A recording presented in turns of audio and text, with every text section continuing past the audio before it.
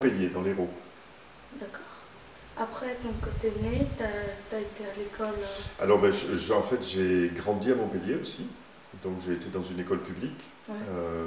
qui était une école de garçons seulement à l'époque. Parce Ok. que les écoles de garçons et les écoles de filles étaient différentes, étaient séparées. Et j'ai assisté à la mise en place de la mixité. C'est-à-dire, il y avait l'école des filles là, l'école des garçons là, et puis quand la mixité a été votée, en fait, ils ont créé un escalier entre l'école des filles et l'école des garçons, mais avec interdiction d'y passer.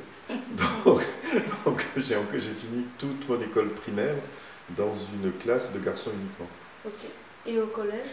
Après, je suis parti dans un collège qui venait d'être créé, qui était assez récent, et où ils testaient des méthodes d'enseignement un peu nouvelles, notamment en français et dans les langues.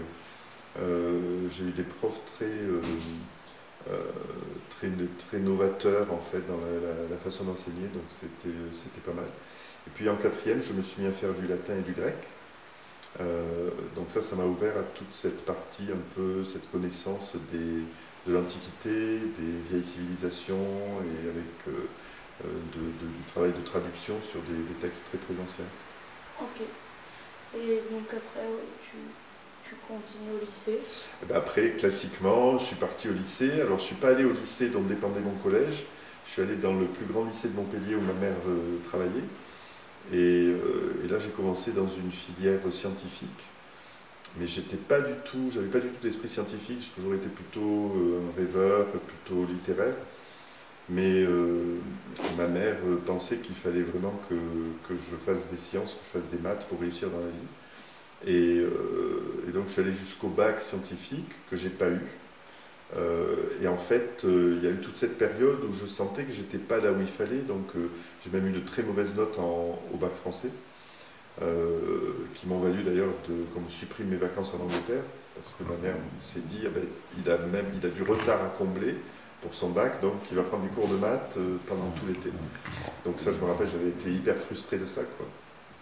Et puis, et puis après, ben, j'ai raté mon bac scientifique et j'ai refait une terminale en lettres. Et là, je me suis découvert et j'ai retrouvé un prof de français que j'avais eu en seconde, qui était aussi un prof de grec. Et donc j'ai repris tout ça à la base. Et ça m'a permis, après le bac, d'aller en Hippocagne et Cagne, qui sont des classes préparatoires aux grandes écoles littéraires. Où j'ai vraiment encore creusé tout ce qui était création, poésie, théâtre, roman, philosophie. Voilà, c'était toutes les matières qu'on enseignait, en plus des langues, parce que j'ai fait une cagne en spécialité anglais, littérature anglo-américaine. Après ça, Et donc après ça, la grande question, une fois ces 2 années magnifiques terminées, c'est est-ce que... Bon, je savais que je n'allais pas intégrer la grande école, qui s'appelait Normal Sup, qui existe toujours, hein, parce que c'est un concours, c'est très compliqué. J'avais pas très envie d'aller en faculté d'anglais, parce que ça ne menait pas à grand-chose. Et là, ben, la vie m'a apporté en fait une opportunité qui était de postuler pour aller dans un programme d'échange franco-britannique, qui était un programme de droit, en fait. Donc j'ai été retenu parmi 12 autres Français pour partir faire 2 ans de droit en Angleterre, suivi de 2 ans de droit en France, et qui nous donnait en fait 2 maîtrises. Donc c'est-à-dire la maîtrise de droit français à l'époque, c'était 4 ans. Et dans ces 4 ans, j'ai pu avoir l'équivalent d'une maîtrise en droit anglais et ma maîtrise en droit français. C'est-à-dire qu'on nous a supprimé certaines des matières de première année, comme l'histoire du droit, la philosophie du droit, etc. Et on est allé sur les matières essentielles, en fait. ok, donc après ça, du coup, tu deviens. Et donc après ça, la question qui s'est posée, c'est ok, mais alors ton boulot, ça va être quoi? Donc moi, les études de droit, j'avais pas très envie de faire du droit, je savais même pas ce que c'était. Par contre, ce qui m'a plu, c'est de partir en Angleterre. Donc en fait, ma motivation, c'est mon fil rouge dans la vie, ça a vraiment été l'anglais, parce que c'est une matière qui m'a toujours donné des points, qui m'a toujours plu. J'ai pu partir en Angleterre dans des voyages linguistiques, et donc il y a vraiment toujours eu ce fil rouge de l'anglais. Donc dans le droit aussi, ça s'est fait en Angleterre. Et puis après, voilà, quel boulot. Et là, j'ai commencé à postuler dans des cabinets d'avocats d'affaires en France. En fait, même pas d'avocat, de conseil juridique, parce que je voulais pas être avocat. Je voulais pas porter la robe noire, aller plaider, tout ça, ça me plaisait pas. Par contre, donner des conseils juridiques, ça m'allait. Et à l'époque, il y avait deux professions. Il y avait la profession d'avocat et la profession de conseil juridique. Donc moi, j'ai choisi celle-là. J'ai postulé, j'ai été retenu dans un cabinet qu'on appelle un cabinet de réseau, composé de différents métiers. Il y avait des métiers de comptable, de consultant, de fiscaliste, d'avocat juriste, etc.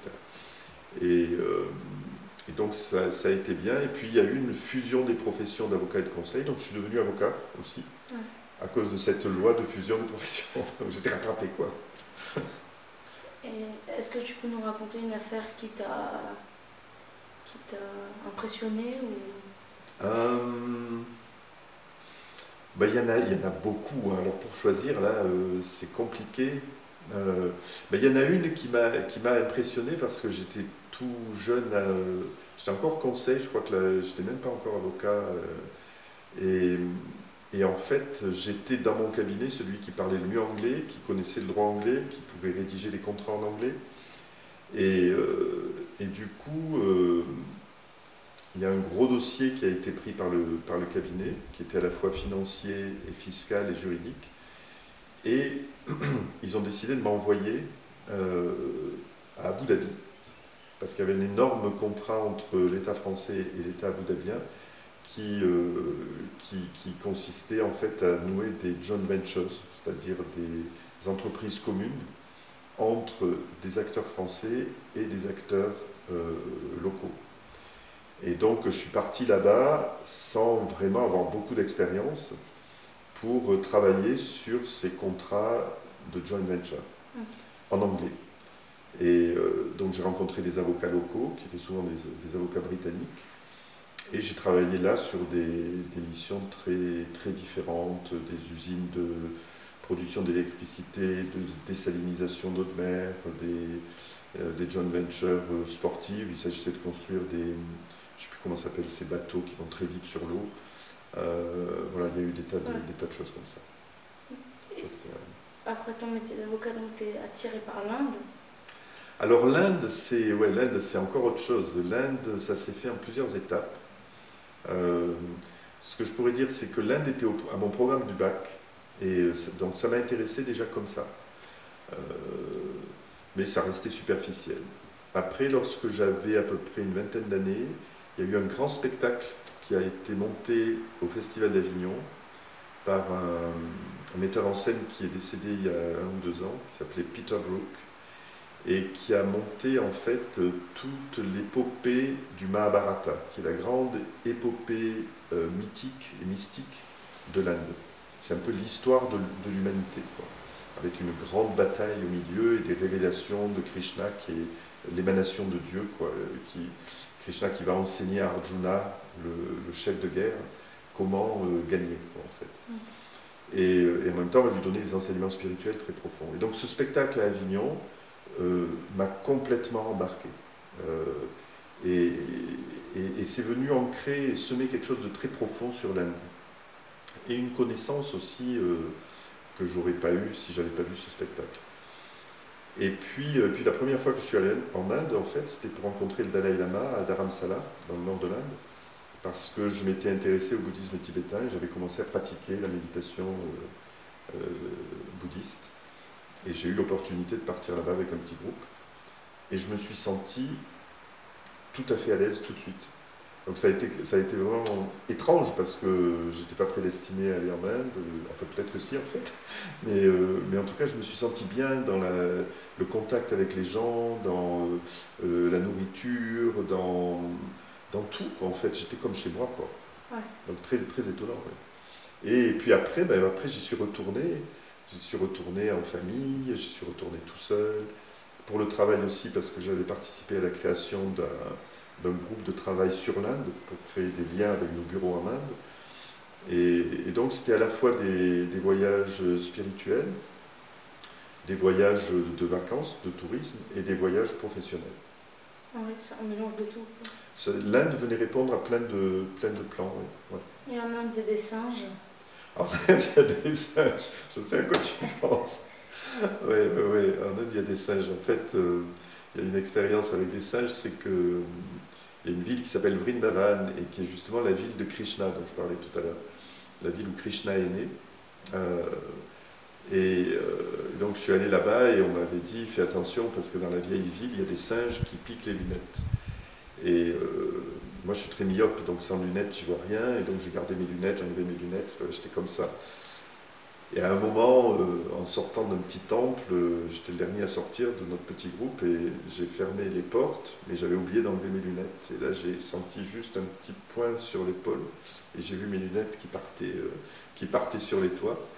Et là, j'ai été saisi d'une rage, d'une colère, de m'être fait avoir en fait par le singe qui était assis au bord du toit sur la gouttière et qui bousiguait, qui mangeait mes branches de lunettes, quoi.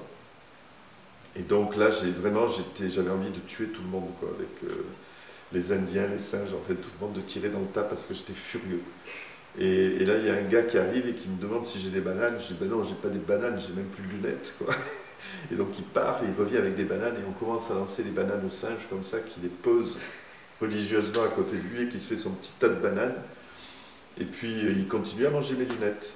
Et alors le gars, à court de banane, me dit, vous avez des biscuits? Je lui dis, ben non, j'ai pas de biscuits, j'ai même pas de lunettes. Et puis, il repart, et il revient avec un paquet de biscuits. Là, on commence à jeter des biscuits au singe. À un moment, le singe lâche mes lunettes. Et heureusement, il y a une dame qui passait dessous, qui récupère les lunettes, et qui me les donne complètement mangées, quoi. Donc j'ai réussi à récupérer mes lunettes dans un sale état. Il a fallu refaire les branches et tout ça quand je suis revenu. Mais le lendemain, j'avais une stratégie en fait. J'ai élaboré une stratégie. C'est que je voyage toujours avec une deuxième paire de lunettes parce que j'ai vraiment besoin de lunettes. Et je me suis dit, là, tu vas pas te faire avoir. Et en fait, j'ai attaché une petite ficelle à mes branches de lunettes. J'ai fait passer à travers ma chemise et que j'ai noué solidement à mon caleçon. Ce qui fait que, en fait, je me suis dit, si un singe vient, il tirera dessus, mais il n'aura pas mes lunettes. J'étais amené à aller dans certains pays d'Afrique francophone pour travailler sur des opérations aussi de restructuration d'entreprises, et notamment en Côte d'Ivoire sur un dossier de privatisation de banque d'État. Okay. Donc ça c'était aussi super intéressant, et je travaillais avec nos bureaux locaux. Donc ça c'était à Abidjan, donc ça c'était bien. Et puis j'ai aussi eu la chance de participer à un programme de leadership au sein de mon entreprise qui m'a amené à passer 2 mois en Tanzanie. Donc là ça a été vraiment une expérience magnifique. Je travaillais dans une entreprise de microcrédit pour les femmes à Dar es Salaam, et il s'agissait d'apporter mon expérience. J'étais avec une autre associée américaine qui, elle, était consultante en informatique, et un associé mexicain qui, lui, était auditeur, comptable. Et en fait, à tous les trois, on a commencé par déjà comprendre comment ça fonctionnait. Donc on a visité toutes les succursales dans toute la Tanzanie de cette ONG. Et la Tanzanie, c'est un pays magnifique. Donc on a eu l'occasion de visiter tous les parcs nationaux, voir le Kilimandjaro, et puis être en lien avec des gens qui étaient sur le terrain et qui fournissaient à des femmes qui n'avaient pas accès au crédit bancaire des moyens pour commencer un business. Donc ça pouvait être un salon de coiffure, ça pouvait être juste leur fournir une machine à coudre. Et ce n'était pas des prêts, ce qu'on prêtait, c'était le matériel. Tu vois, c'était une forme de leasing de matériel. Donc on finançait la machine à coudre, on finançait l'installation du salon de coiffure, parfois dans un container, tu vois, c'était très sommaire. Hein. Il y avait aussi, je me rappelle d'une dame qui avait monté un poulailler, donc elle vendait des œufs derrière. Et j'ai pu voir comment ce microcrédit, en fait, qui peut être critiquable à bien des égards, hein, mais permettait à des femmes d'enclencher, en fait, de s'insérer dans la société avec un métier, et puis du coup d'envoyer leurs enfants à l'école, et donc de changer vraiment tout l'environnement sociétal, quoi. Voilà, le côté critiquable, c'est les taux d'intérêt qui sont énormes. C'est en général des prêts à très court terme. Mais la chose, c'est que les femmes remboursent. Les hommes, moi on m'avait dit, ne fais aucun prêt d'argent à un homme parce qu'il ira picoler. Il dépensera dans des choses qui ne sont pas ce pourquoi tu lui as prêté. Par contre, une femme, elle va tracer sa ligne, quoi, elle va tracer sa route. Ok. Bon bah, si tu veux rajouter un dernier mot. Qu'est-ce que je veux rajouter comme dernier mot? Ben, tout ça, en fait, c'est des occasions que la vie m'a données de faire des expériences et de rencontrer des gens très, très différents.